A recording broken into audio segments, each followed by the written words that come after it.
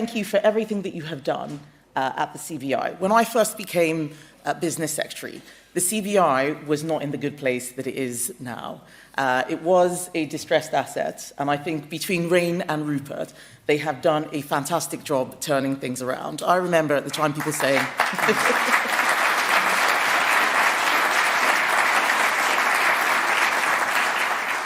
I remember at the time people saying that the CBI would cease to exist, other organisations were going to take over. I'm very pleased to see you go from strength to strength, but I am very sad, Rupert, that this is your last CBI conference, so thank you so much for all that you have done.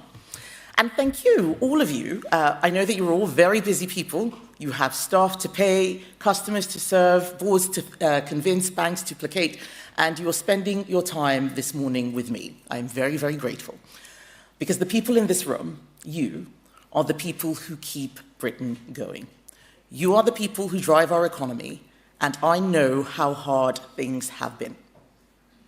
Over the past year, I have visited more than 150 businesses, big listed companies, family firms, tech startups here and in the US, manufacturers in the Midlands, hospitality in coastal towns, oil and gas firms in Aberdeen. I have sat in your boardrooms, walked on your shop floors and back offices, and I have listened. And what you tell me is very simple. You want to grow, you want to invest, you want to hire, but you feel squeezed, second-guessed, constantly interfered with by a government that doesn't really understand how business works. We are all waiting in trepidation for the budget in just 2 days' time. We spent the last 3 months hearing nothing except which horrible taxes are coming.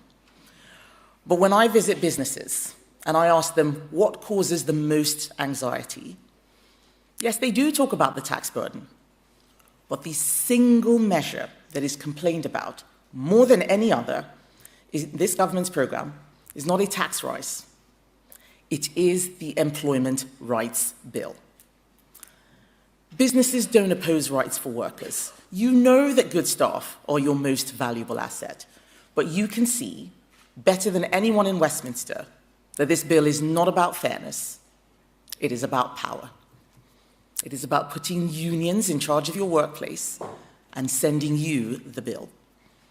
So I want to explain why Conservatives oppose it, why we will repeal the terrible measures in it, and how that fits into a bigger Conservative plan to get Britain working again. First, let's be clear what we are dealing with. This bill is not a little tweak to modernise the law. It is a 330-page assault on flexible working written in the TUC's headquarters, designed to drag Britain back to a world where unions call the shots and employers carry the blame. For 30 years, flexible labour markets have been one of Britain's real strengths. They allowed us to create millions of jobs after the financial crisis. They helped us keep unemployment much lower than competitor countries.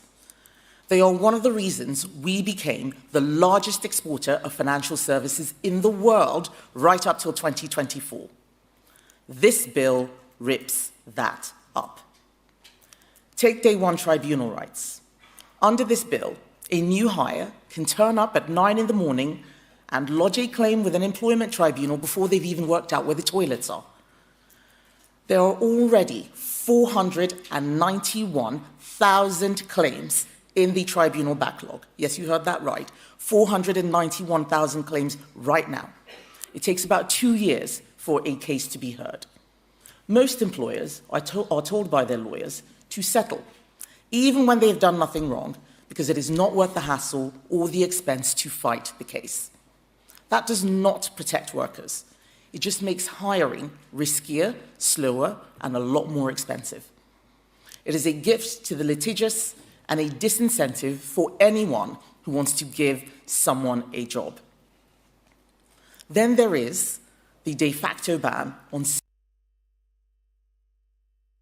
seasonal undergraduate, a student, anyone chooses to get a Christmas job and works 40 hours a week in the 3 months to December.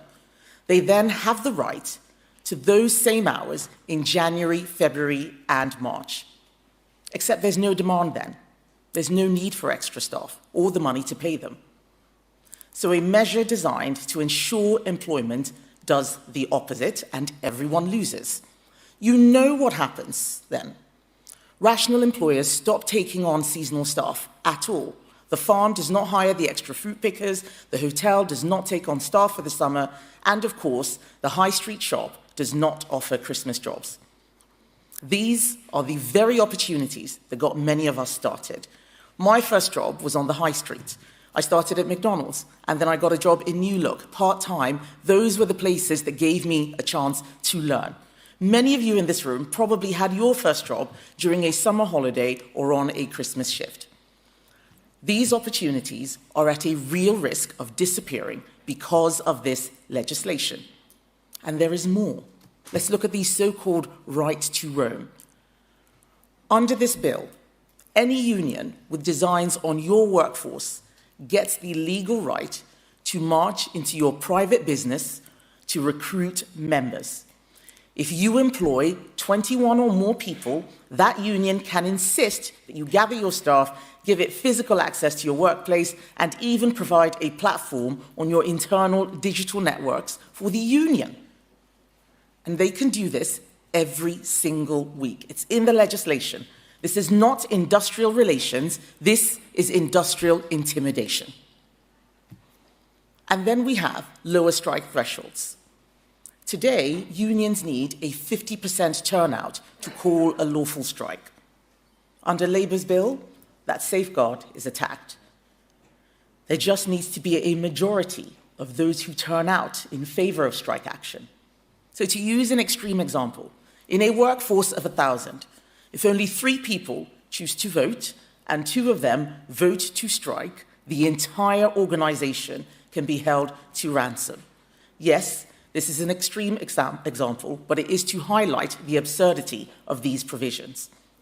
This is what happens when you design law in a back room at the TUC instead of in the real world. None of this is about giving ordinary workers a fair deal. It is all about giving union barons, bureaucrats, and employment lawyers more power. So when I say that this is not a pro-worker bill, I mean it. It is a pro-union, anti-business, anti-growth blueprint. It punishes the people who create jobs, and it will hurt the very people that it claims to help. That is why Conservatives will repeal every job-destroying anti-business measure in it.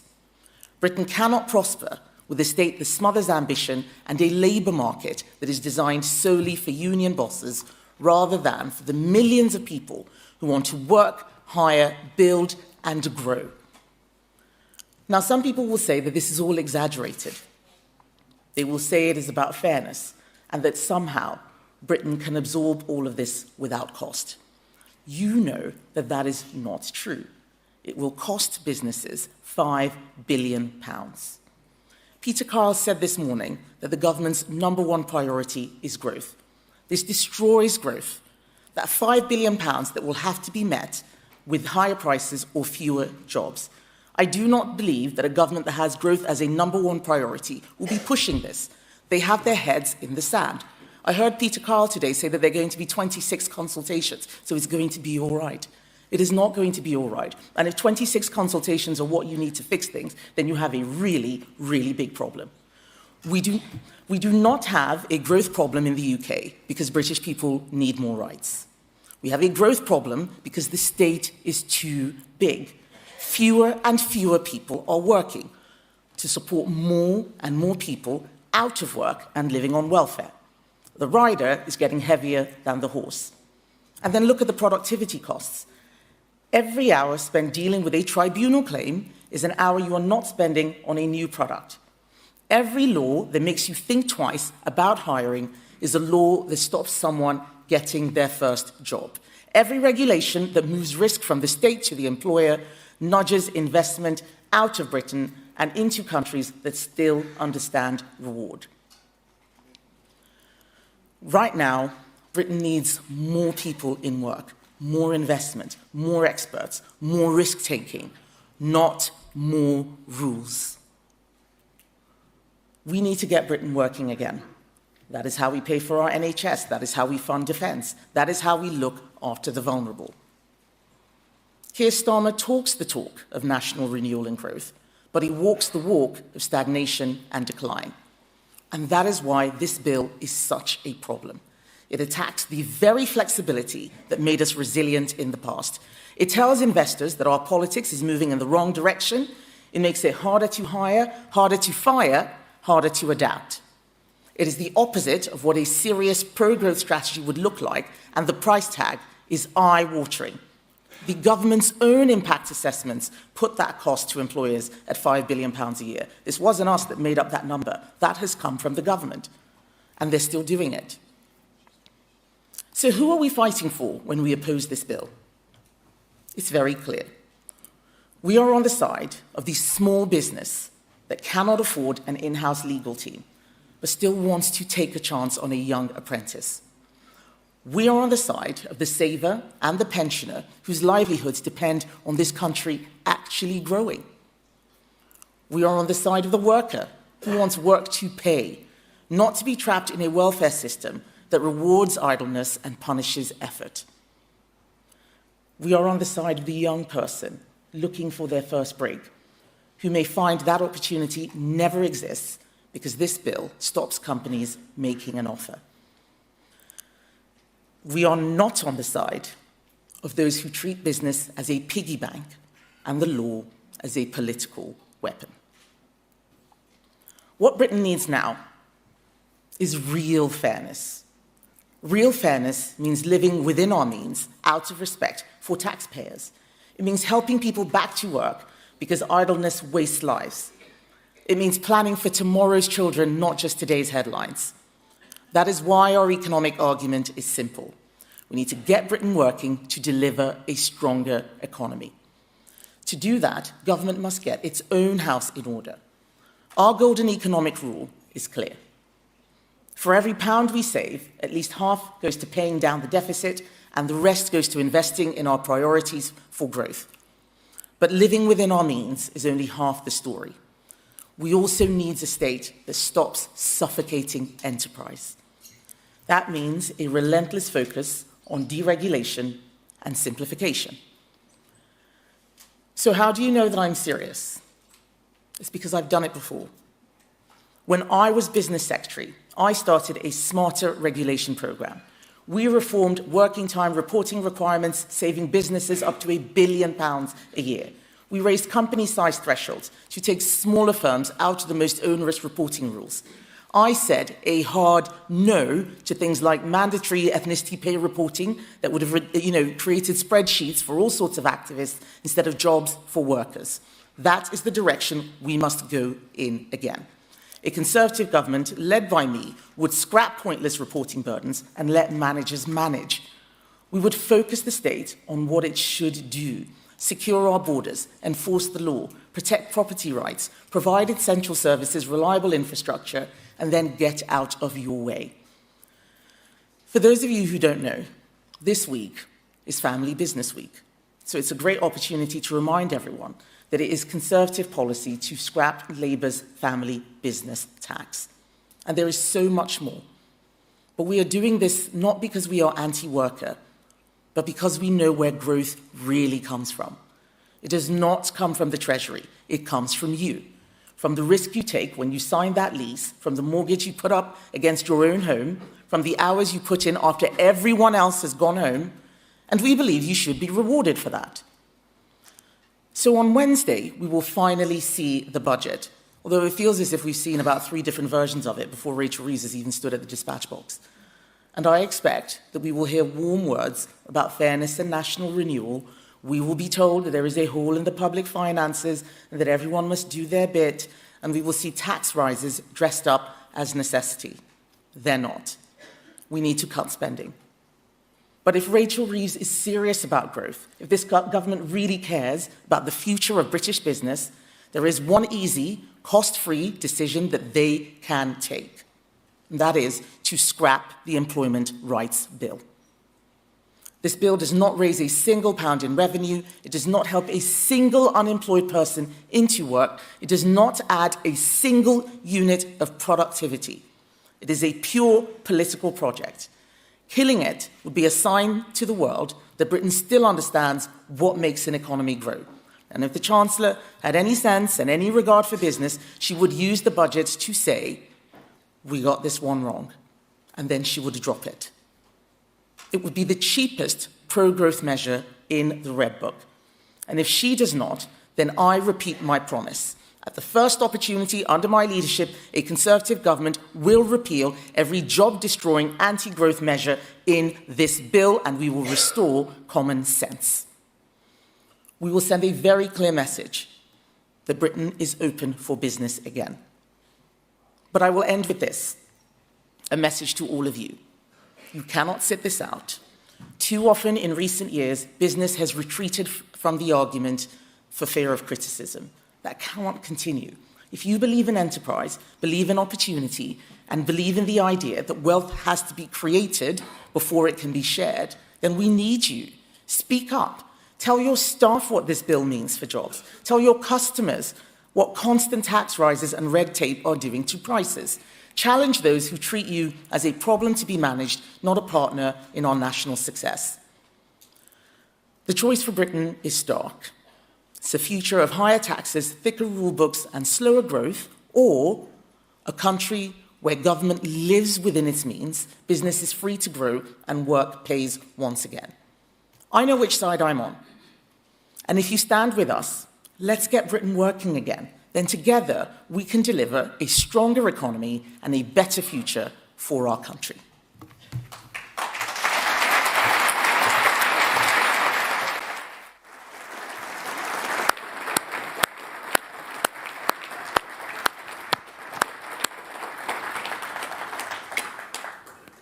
Wow.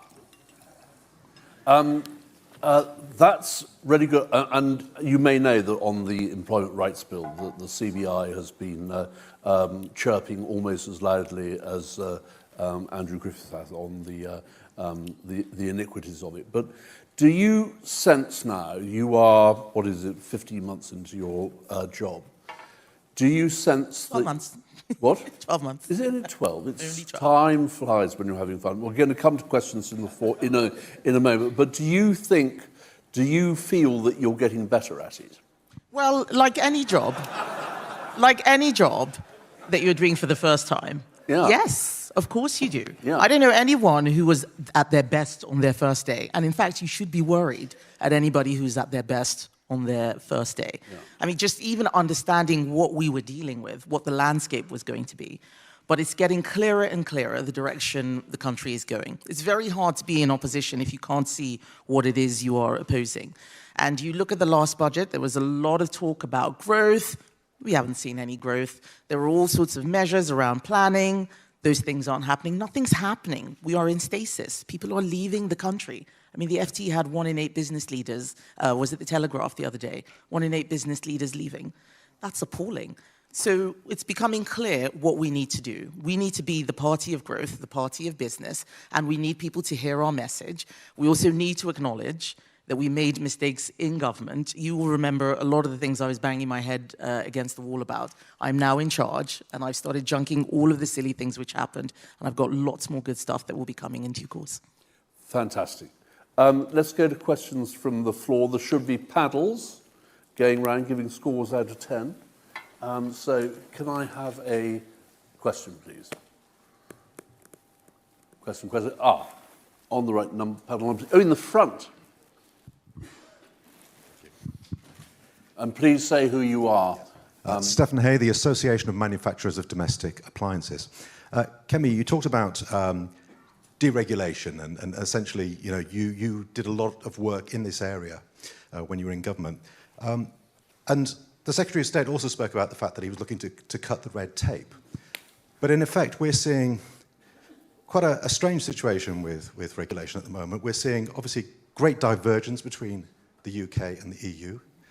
We're seeing regulatory burden, we're seeing regulatory drag, and this cutting the red tape seems like a pipe dream at the moment. So how do you feel about that? Because we certainly are feeling the burden of regulation and duplication of effort, left, right, and centre. And this is costing business, and especially manufacturers, a vast amount of money.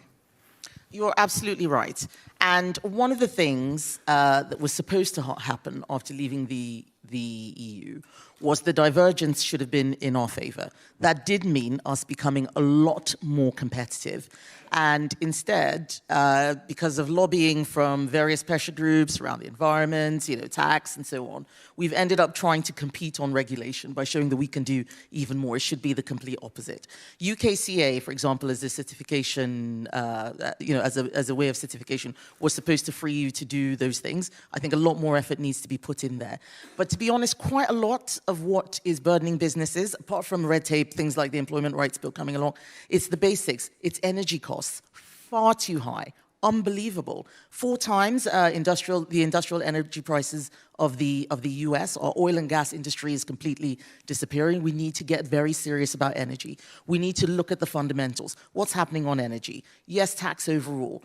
Working, flexibility in rules, removing the red tape, making sure that we are staying competitive and that we're attracting the right businesses here. I do worry about manufacturing in particular. I think we're forgetting how to make things. I think a lot of people are thinking it's too difficult here. China is eating everybody's lunch, not just our own. What do we do about that? But what I want you to know is that when it comes to deregulation, we are serious because people like Andrew Griffiths, my shadow business secretary, and I have come from the private sector. I left banking because I stopped being a systems analyst and ended up being a de facto compliance officer. It's not what I wanted to do. There is way too much regulation. It is not growing our economies, and we need to start thinking like businesses. We've come from business backgrounds. We know what's going wrong, and we just need to move very, very quickly because things are getting worse at a pace that is deeply concerning. Thank you. Another question, please. Number 3 is charging to the back.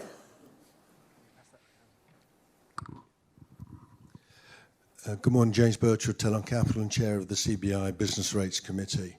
We've been behind the slab to slice driver and change. One area that we've heard very little from you has been about business rates, which is obviously a huge impact on businesses. I was wondering whether you have any strategy or thoughts or thinking in respect of changes to business rates. Right. Well, I'm very disappointed that you haven't heard much from us on business rates because I did announce a lot on business rates in my conference speech, as did Mel Stride. So thank you for asking that because it gives me a great opportunity to repeat what it is we're going to do. We have said that we need to save the high streets. And the businesses that are suffering in particular are those on the high street. Retail, hospitality and leisure has been hit with everything from the jobs tax, minimum wage changes, and they are dying. And high streets are a visible signal of decline in many, many communities. We've got to save them. So our policy is to abolish business rates pretty much for the high street. Anyone whose rates are £110,000 or less, we would abolish that entirely, and that will for retail, hospitality, and leisure. Those are the people who are struggling the most. And that's one of the things that we know will actually revitalize the high street and ease the burden of business rates. What happened in the last budget with the changes, reducing the discounts and so on, caused a lot of stress for businesses across the country. In my constituency, many people just decided to give up.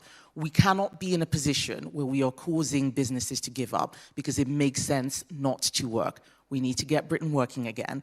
Business rates is another area, like deregulation, where we can do better for a lot of businesses. Thank you. Another question? Yeah. Hello, Tanya Bowers, Association of Professional Staffing Companies. And certainly we support you in your comments around the Employment Rights Bill and how it could destroy jobs before it makes jobs.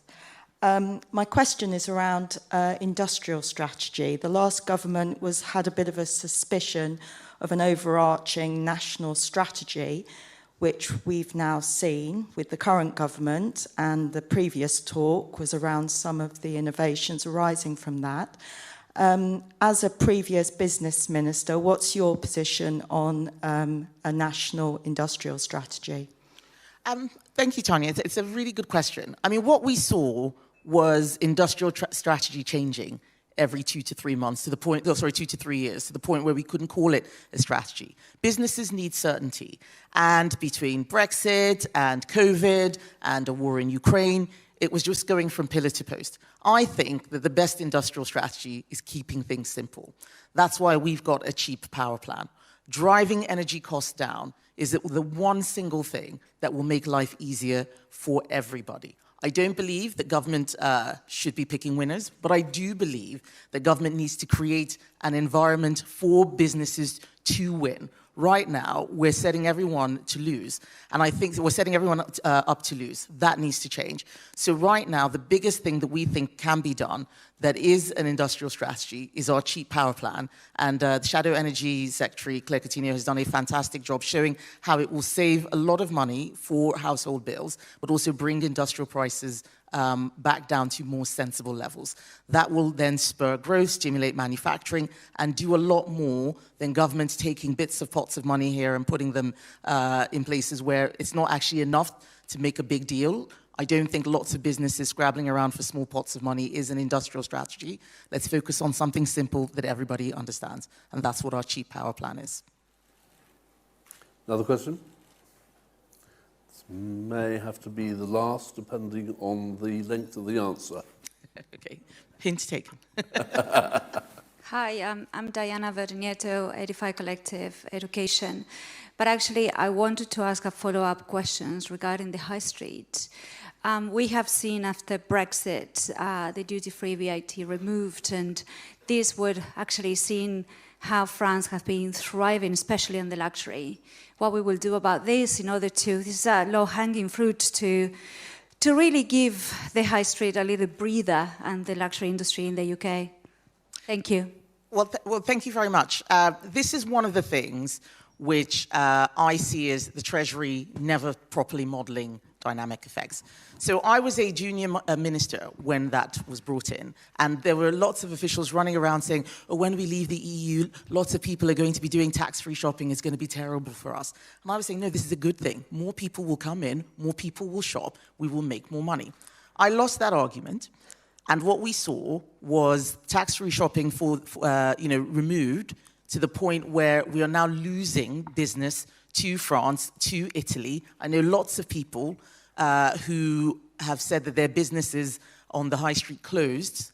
This is London high streets mostly, Oxford Street and so on. It closed, they're just basically shop windows. People are looking and maybe shopping online or going elsewhere. This has to be fixed. So Andrew and I are looking at it.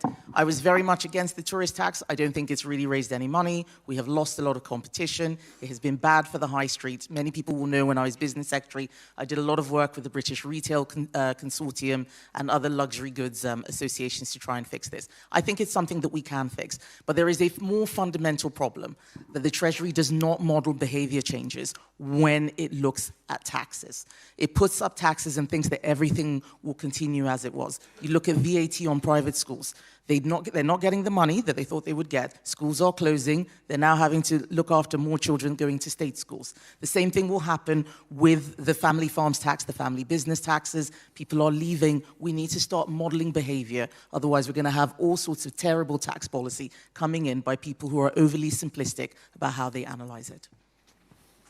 Brilliant. Leader of the Opposition, Kemi, thank you very, very much indeed. That's been great. And thank you also for being so straightforward about the Employment Rights Bill.